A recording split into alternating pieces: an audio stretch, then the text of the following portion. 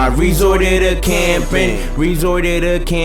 I ain't shit with that llama, ain't shit with that chopper. I'm camping like I'm garbage, My reflexes on pause now. Hey yo, what it do, baby? It's your boy Dynamic, bringing you some Black Ops 2. One of the last Black Ops 2 gameplays that we're gonna see from me. Well, I don't know if one of the last Black Ops 2, but I know as soon as COD Ghosts come out, I'm not dropping any more Black Ops 2 for a while. Just like I didn't drop any Modern Warfare 3, unless COD Ghosts is freaking terrible, which I don't think it is, because guess what? I played it like 2 days ago.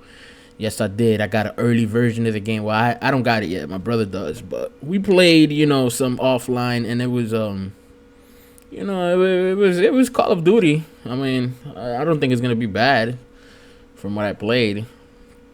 I think it's just gonna be another good game. But that's not even the main topic for today. The main topic that I'm gonna talk about right now is there has been some online fanboyism going around after the next gen versions of Battlefield 4 were shown and compared, and people had a chance to actually see the difference between each console. And this fanboy war going on where the PlayStation 4 was or is supposedly 50% more powerful than the Xbox One.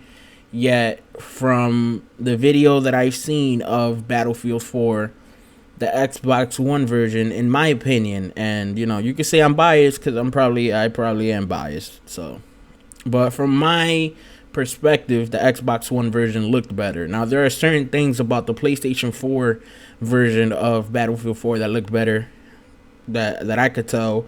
One was the anti-aliasing, the jagged lines on the PlayStation 4 was really, really crisp.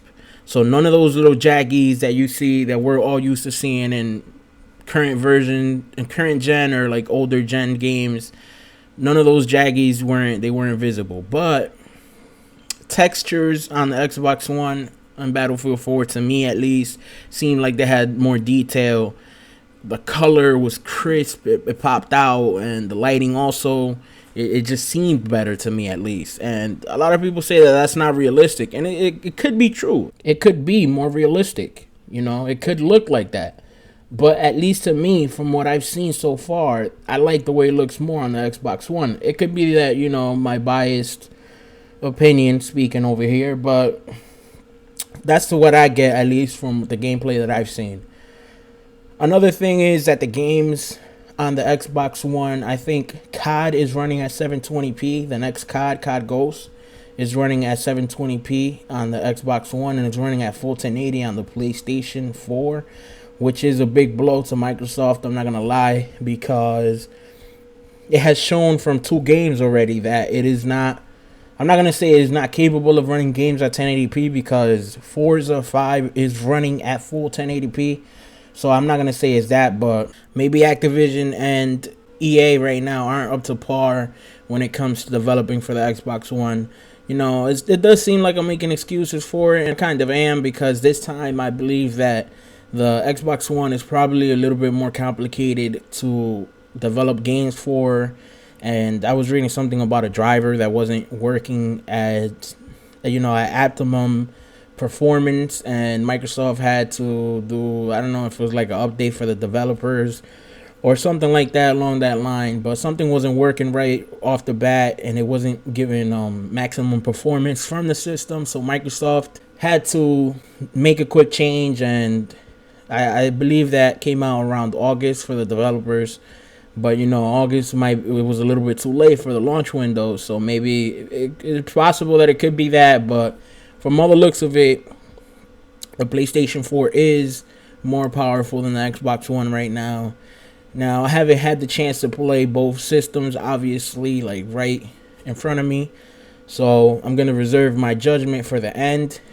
I will say that it is very likely, possibly 100% likely, that the PlayStation 4 is definitively more powerful, but it remains to be seen yet how the games compare, especially the first party exclusives. Let's see how they go first, and I guess I'll try to judge later. But from now on, yeah, the PlayStation 4, I'll give it to them. Their console is more powerful. I will say one thing, though. I was looking at next-gen versions compared to current-gen versions of Battlefield 4.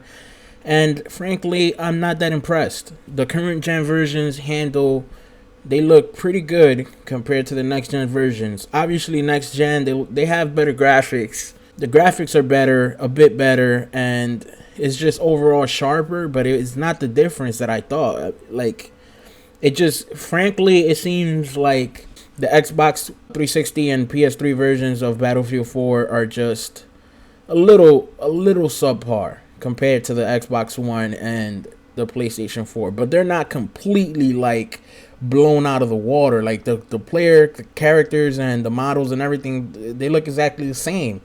Just that on next gen, they look sharper, they look clearer, they have a little bit more texture, but it's not completely groundbreaking graphics. That's what I'm trying to say, and that's kind of like what I expected.